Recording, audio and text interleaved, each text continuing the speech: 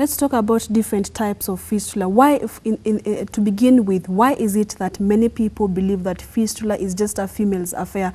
What different types of fistula do we have, and which ones would you say affect women and which one affect men? Okay, because the ones of women are commonly talked about. That's why we start on our lips, on our fingertips, because everyone is talking about it. It is just that they are often talked about. But the ones of men also exist almost like in similar proportions. But unfortunately, we the medical practitioners have not seized that opportunity in the past to talk about it. One of the reasons is cultural, that men generally don't like to speak about their conditions. And even when we do consultation with them and their families, they say, okay, we know, we have confirmed from you that you have these conditions, but don't go and talk about it or let it not be mentioned to other members of the family or our social circuit. So they like it to be confidential. They like it to show the man, it to portray the man in a negative light. So because of lack of information about this, the practitioners don't talk about it. The sufferers also want it kept as a secret. But now we have a foundation that is trying or seeks to demystify the problem. So that is part of the problem. But otherwise, the fistulas in women are the ones that are often talked about, but the ones of men also exist. Now, coming to the causes in women, the common one is obstetric, related to birth, difficulties experienced at birth. Those can lead to fistulas. Fistulas can also come as a side effect of the treatment that the patient is receiving. Just a simple operation like a cesarean section sometimes may not be as simple as it appears, depending on the circumstances, depending on how difficult the labor. Some people come when they are already in labor and the tissues are quite edematous, they are swollen, or the tissues have even ruptured because the labor was difficult and prolonged. So that may lead to fistulas. Or maybe when the doctor is undertaking operation, there are certain other conditions that were not anticipated that make the operation unnecessarily difficult and prolonged. So those may lead to fistulas. Again, infections also in the birth canal. Infections like gonorrhea, chlamydia, that's called chancroid, where the tissues may get destroyed or just peel off or slough off and give way, create openings in the genital tract. So that could be some of the causes, the common cause of fistula. Women are also prone to injuries. They may get injuries during a road traffic accident. And in the process of getting injuries, for example, if they have fracture of the pelvis, the pieces of bone that are broken, they can cut through the soft parts of the reproductive organs and lead to fistulas. So those are some of the causes of fistulas in women. But in men, there are also certain other causes, like I have mentioned before, birth defects. The male tract can also develop a birth defect. We see so many children who are born with birth defects. So these birth defects cause an abnormal opening, for example, or the urethra or the genital tract. The distal or the end point is not well developed, is open.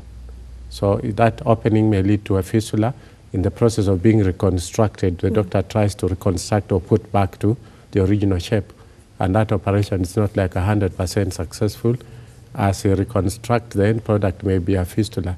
He improves the condition, but the side effect, fistula can develop as a side effect. Or fistula can develop as a side effect of just the normal operations. The normal operations in the male genital tract, or the normal operations in the structures in the male person, which are neighboring the genital tract organs, that certain other complex organs in the neighborhood. So when they are undergoing operation, sometimes even the genital tract organs may get injured in the process of a complex operation on the structures in the neighborhood. Alternatively, something like radiotherapy. Radiotherapy may destroy the blood vessels in the process of curing or killing cancer cells. It does not discriminate between normal and abnormal. So it might destroy the structures around the blood supply, the small blood supply, or even the larger blood supply of the organs that it's meant to kill cancer cells from. may destroy also the blood supply and thin out tissues and make the tissues fragile. So those fragile tissues may break down, not immediately, but later on after as a sequel of radiotherapy. And then, of course, infections like chancroid, chlamydia, gonorrhea may lead to tissue sloughing or peeling off and causing fistula. Yeah. And then I'd like to discuss also this concept of fistula, this condition of fistula, with another condition which is similar and common. It is called a urethral stricture. A urethral stricture is, can be, as a side effect, it can precede a fistula, or fistula can precede the urethral stricture. So one can lead to the other and vice versa. So a stricture just means complete blockage of the urinary tract or partial blockage of the urinary tract that prevents a normal passage or flow of urine. So this stricture, which I've defined as a complete blockage or partial blockage or narrowing of the urinary tract, might lead to fistula formation.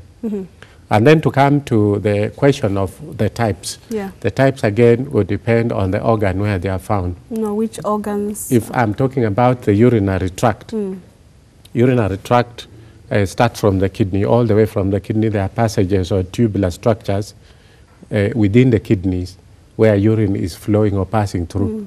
So fistula can develop in those passages. There are passages in the kidneys we call calyces. There are 3 major calyces or major passages in the kidney. That area can also be an area of fistulation. The fistula can develop to a neighboring organ or to the outside. It can also develop in yet another organ called the ureter or the tube that conveys urine all the way from the kidney into the bladder. It can develop from that ureter to adjacent organ or in the abdominal cavity where that organ is found, or it can go to the outside. Further down is the bladder. The urinary bladder is simply a storage device. Again, you could have some abnormal opening to the outside or to the neighboring organs, or even in the bag that is containing the bladder called peritoneal cavity or the inside of the abdomen. This leakage can go inside there, or it can go to the outside, or adjacent organs like the rectum or the intestines. And finally, the urethra. That is the end of the urinary tract, which comes from the bladder all the way to the external or outside. Again, you can have an abnormal communication between that bladder, urethra, to the outside, to the skin surface.